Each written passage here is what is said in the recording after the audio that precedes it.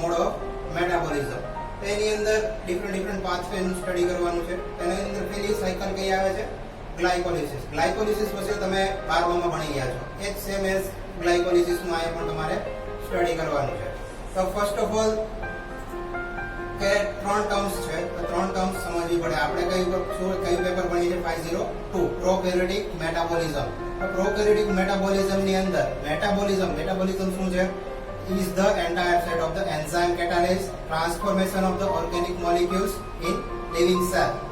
Second terminology છે કે શું છે? catabolism pathway are involve oxidative breakdown large complex. They are usually exogonic in nature. કે mostly catabolism pathway ની અંદર એનર્જી જનરેટ થતી હોય. સેકન્ડ વન એનાબોલિઝમ પાથવે ની અંદર involve the synthesis of the compound. They are usually endogonic in nature. Third, fourth one amphibolic pathway. Amphibolic pathway એટલે શું? Pathway that can be either anabolic or catabolic depending on the energy condition in the cell are referred as a amphibolic pathway. આ terminology 1 mark ની અંદર તમને paper ની અંદર પૂછી શકે, આઈધર વાયવા ની અંદર ક્વેશ્ચન કરી શકશે. હવે સ્ટાર્ટ કરીએ ગ્લાયકોલિસિસ. તો ગ્લાયકોલિસિસ છે તો એનું મીનિંગ શું થાય? Word of the glycolysis. તો વર્ડ ગ્લાયકોલિસિસ વર્ડ ક્યાંથી આવ્યો છે? ગ્રીક વર્ડ છે. તો ગ્લાયકોલિસિસ ને સ્પ્લિટ કરીએ. ગ્લાયકો મીન્સ સુગર, લાયસિસ મીન્સ બ્રેકડાઉન અથવા સ્પ્લિટિંગ. કે સુગર છે ગ્લુકોઝ એ કેટલા મોલેક્યુલ્સ ની છે? 6 કાર્બન વાળી. તો એનું બ્રેકડાઉન થઈને કેટલા કાર્બનમાં કન્વર્ટ થશે? 3. જે આપણી લાસ્ટ પ્રોડક્ટ શું બને છે? પાયરુવેટ.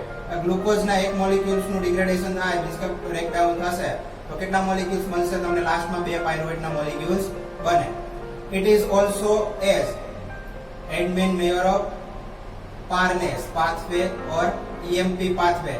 આ 3 સાયન્ટિસ્ટ છે જેને ગ્લાયકોલિસિસ પાથવે નું ડેરિવેટિવ આપેલું છે. તો glycolysis sequence of the 10 enzyme catalysis reaction that convert glucose into pyruvate with simultaneous production of ATP.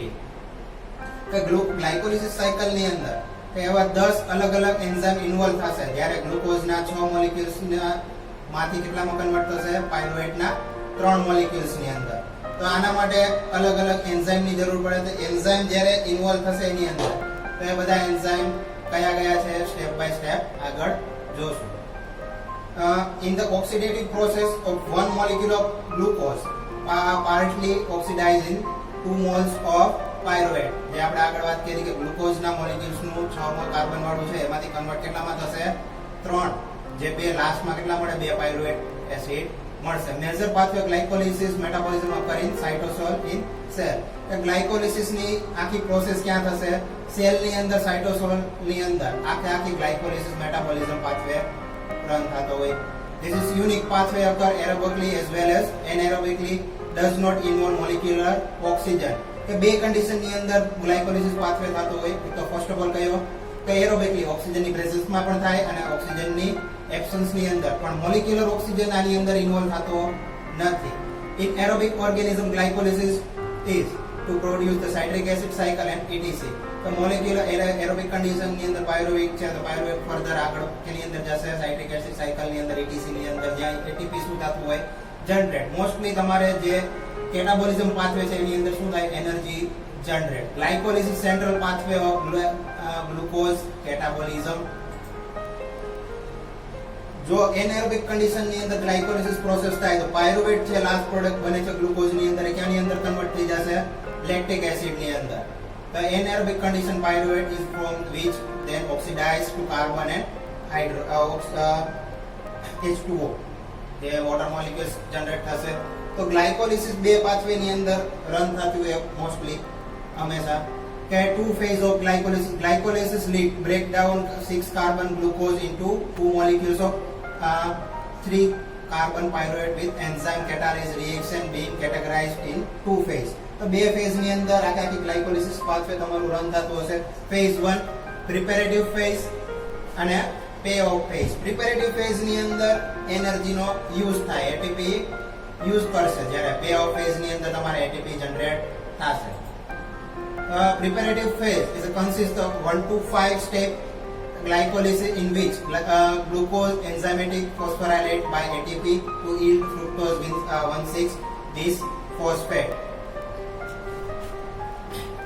This fructose by bis phosphate is then split into half two molecules of 3 carbon containing glyceraldehyde 3 phosphate either dihydroxyacetone phosphate. 1,6 bis phosphate નું જ્યારે degradation થાય means કે next step ની અંદર divide થાય split એ 6 carbon માંથી કે કેટલા કાર્બન બનશે 3 તો 3 કાર્બન ના કયા બે મોલેક્યુલ્સ બને એક તો first of all glyceraldehyde 3 phosphate and second one dihydroxyacetone phosphate. This first phase result cleavage this hexo chain. This cleavage requires the investment of 2 ATP molecules active the glucose mole to prepare the cleavage 3 carbon compound. અત્યાર સુધી જે પ્રિપેરેટિવ phase જ્યાં સુધી cleavage થાય છે for example 1,6 bis phosphate નું cleavage થયું કેમાં 3 glyceraldehyde 3 phosphate અને dihydroxyacetone phosphate. તો આટલા આ સુધીના સ્ટેપ 5 1 થી 5 સ્ટેપ થયા ત્યાં સુધીમાં એટીપી તમારા કેટલા યુઝ થયા 2. payoff phase ની અંદર this constitute the last 5 reaction means કે 6 થી લઈને 10 જે રિએક્શન છે એની અંદર આવશે payoff phase ની અંદર. this phase mark the release the ATP molecules during conversion of glyceraldehyde 3 phosphate to 2 moles of pyruvates.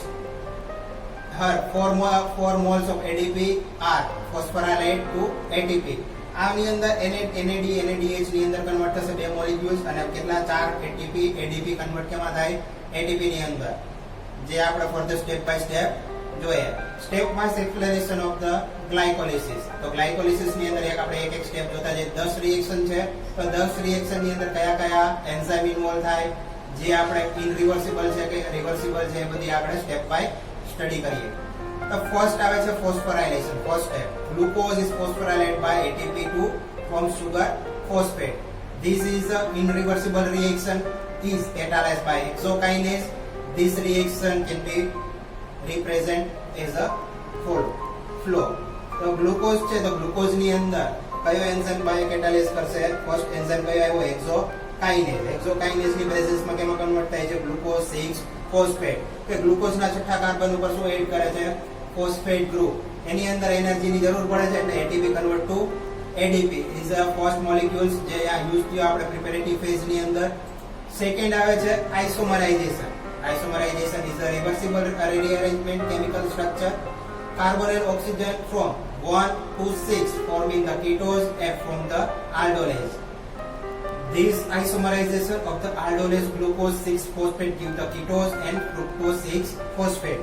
તો સેકન્ડ સ્ટેપ ની અંદર જે લાસ્ટ કયું મળ્યું તો આપણે ગ્લુકોઝ 6 ફોસ્ફેટ. તો ગ્લુકોઝ 6 ફોસ્ફેટ એન્ઝાઇમ કયો એન્ઝાઇમ છે ફોસ્ફો ગ્લુકો આઇસોમરેઝ એન્ઝાઇમ ની પ્રેઝન્સ માં શેમાં કન્વર્ટ થશે ફ્રુક્ટોઝ 6 ફોસ્ફેટ જે એકબીજાને કેવા છે મિરર કોપી એટલે કેવા કહેવાય આઇસોમરાઇઝેશન. એટલે કાર્બન ની અંદર જે ચેન્જ આવે છે એ.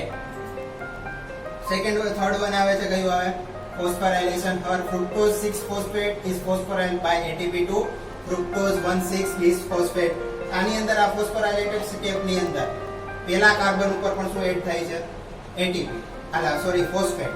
ફોસ્ફેટ ગ્રુપ પહેલા કાર્બન અને છઠ્ઠા કાર્બન ઉપર ફોસ્ફેટ ગ્રુપ એડ થયો એટલે કઈ પ્રોડક્ટ મળશે fructose 1,6 bis phosphate ATP to ADP convert means કે એક મોલેક્યુલ એનર્જી નો મોલેક્યુલ્સ નું યુઝ થયો છે. ચોથું સ્ટેપ આવે બ્રેકડાઉન કે આપણે હવે કઈ લાસ્ટ પ્રોડક્ટ મળી ફ્રુક્ટોઝ 1,6 bis phosphate. તો 6 carbon sugar cleave to produce the two 3 carbon molecules glyceraldehyde 3 phosphate dihydroxyacetone phosphate. This reaction is catalyzed by aldolase. કે આનું ક્લીવેજ થશે કે 6 કાર્બન માંથી કેટલા કાર્બન માં જાય 3 કાર્બન ના બે મોલેક્યુલ્સ બનશે. કયો મોલેક્યુલ્સ બને glyceraldehyde 3 phosphate અને dihydroxyacetone phosphate. તો નેક્સ્ટ આઇસોમરાઇઝેશન કે glyceraldehyde 3 phosphate અને dihydroxyacetone phosphate એની અંદર ટ્રાયોસ ફોસ્ફેટ આઇસોમરેઝ જે બે મોલેક્યુલ્સ હોય છે તે કન્વર્ટ કેમાંથી જે ડાયહાઇડ્રોક્સીએસિટોન ફોસ્ફેટ કેમાં કન્વર્ટ થાય ગ્લિસરાલ્ડિહાઇડ 3 ફોસ્ફેટ ની અંદર. ગ્લિસરાલ્ડિહાઇડ 3 ફોસ્ફેટ ફર્ધર તમારા નેક્સ્ટ સ્ટેપ ની અંદર આગળ પ્રોસેસ થતી હોય જ્યારે ડાયહાઇડ્રોક્સીએસિટોન ફોસ્ફેટ નું કન્વર્જેશન કેમાં કમ્પલસરી થવું જરૂરી છે ગ્લિસરાલ્ડિહાઇડ 3 ફોસ્ફેટ ની અંદર. તો છઠ્ઠું સ્ટેપ ની અંદર આવે જે આવા કેવું કેવા છે આ છઠ્ઠા સ્ટેપ થી પે ઓફ ફેઝ. આની અંદર હંમેશા શું થાય, એનર્જીનો જનરેટ થતું હોય. તો ફર્સ્ટ શું છે કે 2 મોલેક્યુલ્સ ઓફ ગ્લિસરાલ્ડિએટ. આપણે જોવો છો અહીંયા આગળ 2x લખ્યું એટલે કેટલા હોય મોલેક્યુલ્સ ગ્લિસરાલ્ડિએટના 2. તો ગ્લિસરાલ્ડિએટ 3 ફોસ્ફેટ. એની અંદર એન્ઝાઇમ કયો ઇન્વોલ્વ થાય છે, ગ્લિસરાલ્ડિહાઇડ 3 ફોસ્ફેટ ડિહાઇડ્રોજિનેઝ એન્ઝાઇમ ની અંદર 2 NAD convert to 2 NADH plus hydrogen 2 molecules release થાય છે. તો એની અંદર ગ્લિસરાલ્ડિએટ 3 ફોસ્ફેટ કેની અંદર કન્વર્ટ થાય છે 1,3 bis phosphoglycerate. એન્ઝાઇમ કયો આવ્યો, catalyzed by glyceraldehyde 3 phosphate dehydrogenase. We continue. Step number 7, the transfer of the high energy phosphate group is generate the early ADP to ATP. This phosphorylations, additions of the phosphate ADP to ATP terms substrate level phosphorylations. The phosphate donor, the substrate 1,3 bis phosphoglycerate produce the reaction 2 molecule of 3 phosphoglycerate. એની અંદર 1,3 phosphoglycerate convert to 3 phosphoglycerate. Enzyme કયો છે, phosphoglycerate kinase. First substrate level phosphorylations કહેવાય આના સ્ટેપને. એની અંદર 2 ADP convert to 2 ATP. એના પછી આ 3 ફોસ્ફોગ્લિસરેટ કેમાં કન્વર્ટ થશે નેક્સ્ટ સ્ટેપ ની અંદર કે step number 8, the remaining phosphate phosphoester linkage 3 phosphoglycerate is moved the carbon number 3 to carbon number 2nd because relatively low free energy hydrolysis from the 2 phosphoglycerate 3 phosphoglycerate ના molecules ને enzyme કયો છે phosphoglycerate mutase ના enzyme ની present ની અંદર કેમાં કન્વર્જેશન થાય છે phosphoglycerate 2 phosphoglycerate ની અંદર કન્વર્જેશન થાય. Next step number 9, dehydrogenase 2PG which is 2 phosphoglycerate. This second reaction glycolysis where high energy phosphate compound is formed dehydrate the action of the analyzed phosphoenol pyruvate. This compound the phosphate ester enol tautomer by the pyruvate. એની અંદર reversible reaction છે also. એની અંદર 2 phosphoglycerate enolase enzyme ની presence માં phosphoenol pyruvate માં convert થશે. enolase enzyme ની presence માં એને વોટર મોલેક્યુલ્સ નું રિમૂવ થશે. એના પછી લાસ્ટ સ્ટેપ આવે છે transfer of the phosphate from phosphoenol pyruvate to ADP. last product, last step is irreversible transfer of the high energy phosphoryl group. The phosphoenol pyruvate to pyruvate ની અંદર convert થાય. reaction catalyzed pyruvate kinase enzyme કયો છે pyruvate kinase. second substrate level phosphorylation this reaction first કયું હતું 1,3 bis phosphate convert to 3 phosphoglycerate. જ્યારે first level નું કયું થયું હતું phosphorylation substrate level phosphorylation. આ કયું છે second level. this non oxidative phosphorylation reaction એનું રિએક્શન જોઈએ તો phosphoenol pyruvate એન્ઝાઇમ કયો ઇન્વોલ્વ થયો pyruvate kinase. Second level substrate level phosphorylation ADP 2 ADP convert to 2 ATP. તો શેમાં કન્વર્ટ થાય pyruvate ની અંદર. લાસ્ટ પ્રોડક્ટ ગ્લાયકોલિસિસ 2 મોલેક્યુલ્સ કેવા મળ્યા pyruvate ના 10 અલગ અલગ એન્ઝાઇમ જે કેની અંદર મળ્યા તમને ગ્લાયકોલિસિસ ગ્લુકોઝ નું ડિગ્રેડેશન થયું. તો લાસ્ટ પ્રોડક્ટ શું મળે તમને pyruvate. એના પછી નેક્સ્ટ તો જોવા જાય તો pyruvate એનારોબિક કન્ડિશન ની અંદર જો જનરેટ થતી હોય ઓર્ગેનિઝમ ની અંદર કોઈ પણ સેલ ની અંદર એનારોબિક કન્ડિશન હોય તો ત્યારે pyruvate નું કેમાં કન્વર્ટ થઈ જશે લેક્ટેટ ની અંદર. તો એન્ઝાઇમ કયો ઇન્વોલ્વ થાય લેક્ટેટ ડિહાઇડ્રોજિનેઝ NAD NADH ની અંદર કન્વર્જેશન થશે. જો એનારોબિક કન્ડિશન ની યાદ રાખજો કે એનારોબિક કન્ડિશન હશે તો જ લેક્ટિક એસિડ ની અંદર કન્વર્જેશન થાય. આઈધર કેની અંદર રહેશે pyruvate ડાયરેક્ટ ની અંદર TCA સાયકલ ની અંદર ઇન્વોલ્વ થશે. ફરીથી એકવાર આખી સાયકલ ને રિવાઇઝ કરીએ સ્ટેપ બાય ગ્લાયકોલિસિસ ગ્લુકોઝ. તો ની ગ્લુકોઝ કેની અંદર કન્વર્ટ થાય છે ગ્લુકોઝ 6 ફોસ્ફેટ ની અંદર. એન્ઝાઇમ કયો ઇન્વોલ્વ થયો હેક્સોકાઇનેઝ ATP કન્વર્ટ ટુ ADP. હવે સેકન્ડ કયો આવે છે ગ્લુકોઝ 6 ફોસ્ફેટ ની કેમાં કન્વર્ટ થશે glucose 6 phosphate convert to fructose 6 phosphate. Enzyme કયો હતો ફોસ્ફોગ્લુકોઆઇસોમરેઝ એન્ઝાઇમ બેસિસમાં કન્વર્ટ થયું. ફોસ્ફો નેક્સ્ટ ફ્રુક્ટોઝ 6 ફોસ્ફેટ ની અંદર કન્વર્ટ થાય. ફ્રુક્ટોઝ 1,6 bis ફોસ્ફેટ ની અંદર કન્વર્ટ થાય. Enzyme phosphofructokinase ADP convert to ATP